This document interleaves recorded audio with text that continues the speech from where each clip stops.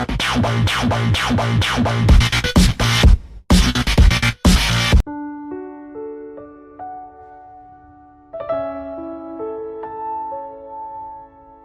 tujuan hidup setiap manusia? Pertanyaan itu selalu mengemuka dalam pikiran Jawan Canika. Tuhan tidak mungkin menciptakan manusia hanya untuk mengisi seluruh penjuru bumi. Kenang dia.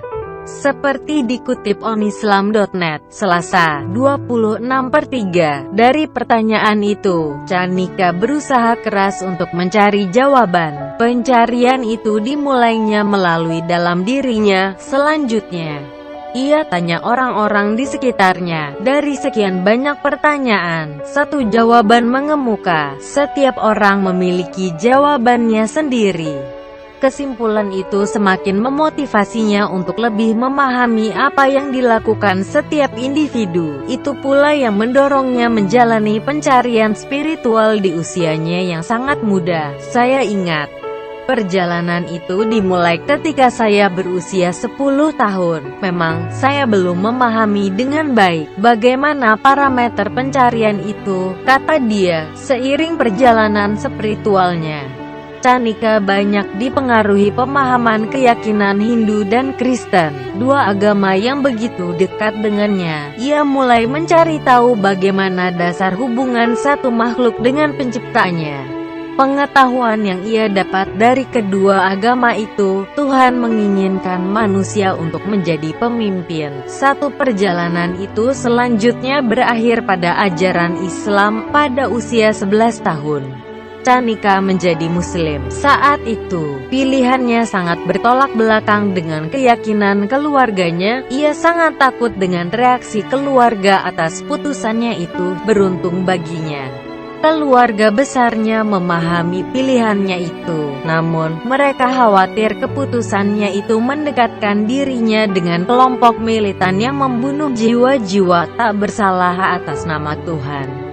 Canika butuh 7 tahun lamanya untuk membuat keluarganya menerima pilihannya itu. Namun, yang membuatnya khawatir justru bukan hal tersebut. Ia menyadari, menjadi Muslim di era modern bukanlah hal yang mudah. Label kekerasan dan permusuhan melekat dalam stereotip umat Islam. Tetapi ia tidak goyah. Itu karena sedari awal, komitmennya terhadap Allah Subhanahu wa Ta'ala jauh lebih kuat ketimbang persoalan duniawi yang melekat di sekitarnya. Dari awal, saya tegaskan, hidup dan mati saya hanya untuk Allah Subhanahu wa Ta'ala, kata dia. Sejak menjadi Muslim, ia mulai memahami hakikat pertanyaan yang muncul dalam pemikirannya. Tujuan hidup ini adalah berbakti kepada Pencipta. Implementasi dari keyakinan ini tidak hanya dalam hubungan manusia dengan Tuhan tetapi juga mencakup hubungan antar manusia. Saya percaya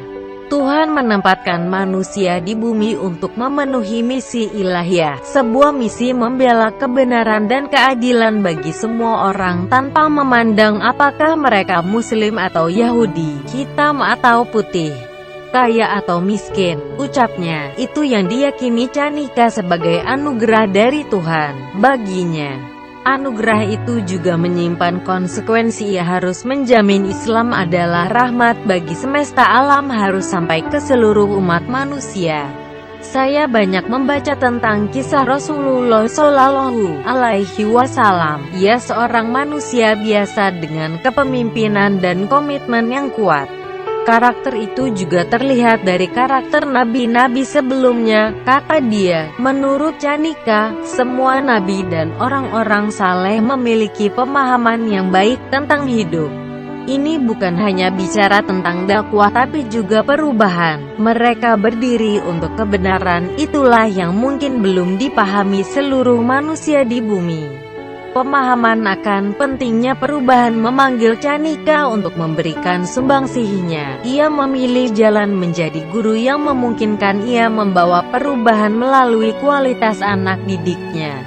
Memang tidak mudah baginya untuk melakukannya. Ada halang rintang mengemuka, tetapi ia tak gentar.